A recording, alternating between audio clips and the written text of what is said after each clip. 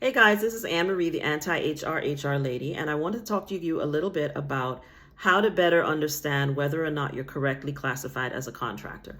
Many of you have asked me questions about contractor workplace rights, and before I get into specificity about what your rights are and how to, assert those rights, I want to talk to you a little bit about making sure you're actually supposed to be classified as a contractor. Many employers are known to classify individuals as contractors because they're seeking to skirt Fair Labor Standard Act laws.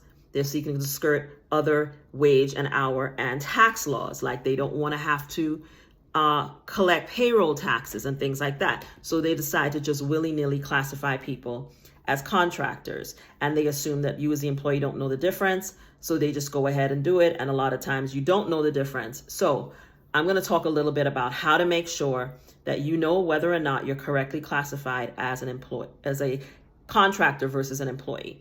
And I also have a current blog post up where I talk about this in detail, and I also give advice about what to do if you determine that based on what I shared today, you're not correctly classified, and that in fact you shouldn't be classified as a contractor, you should be classified as employee. So there are 4 things that you should look for to determine whether or not you have been correctly classified as a contractor. Number 1, the first thing to look at is whether you have control over the work. So if you are correctly classified as a contractor, you should have general control over the work, how it is performed, where it's performed, when it's performed, etc.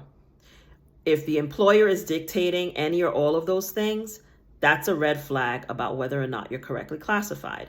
Number 2, you should have general control over determining the hours of the work, right? So if the client is saying that you have to perform the work between the hours of 9 and 5, for example, or 10 and 4, that's a problem. Now, if they're saying we're hiring you and this has to be done in 6 months, that's different. Or this has to be done in 3 months, that's different. But if they're getting into the nitty gritty of how many hours a day you have to work on it and setting the hours, that's a red flag. Because as a contractor, you're supposed to be able to determine the hours of the work, how many hours it's going to take you to do the work. They shouldn't be determining that. You basically agree on you doing the work, the deliverable, which is what you're going to provide to them at the end of the contract.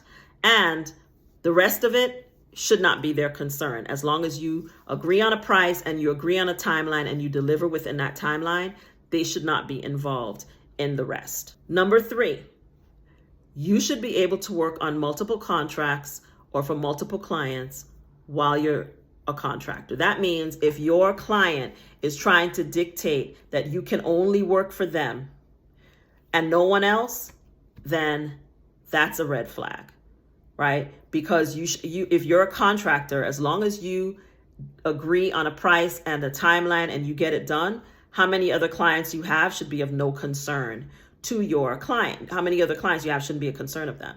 So if they are saying, oh, you can only work for us, in addition to some of the other things I've already mentioned, that's a big red flag. And number 4 is you should have general autonomy over how the work is done. So I just mentioned about control. Also, you should have autonomy. So you should be the person that decides generally how the work gets done. Again, what they're paying you for is an outcome generally, not how you go about doing it. You also shouldn't be required to come to all staff meetings, participate in team meetings, project meetings, unless they're directly related to the deliverable that you're providing.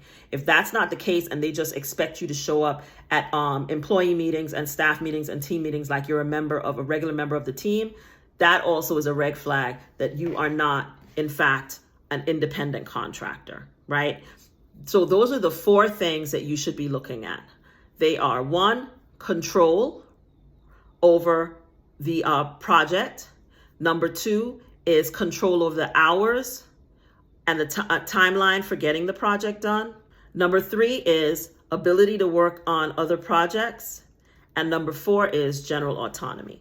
If you have issues along any of these 4 things I just mentioned, you need to consider whether or not you've been correctly classified as a contractor or whether or not you need to go to HR and challenge that classification and request that they make you a regular employee. Now, generally, if you have been placed in that work environment by a third party and you're not working directly for the client or wasn't hired directly for the client, but instead they hired you through a third party, usually that's not an issue unless they're asking you to do things that raise the flag around the areas that I've just mentioned. But the area where you need to be very careful is when you've, for example, been a regular employee and then your employer tries to reclassify you as a contractor, because that's usually not for good, sound and legal reasons.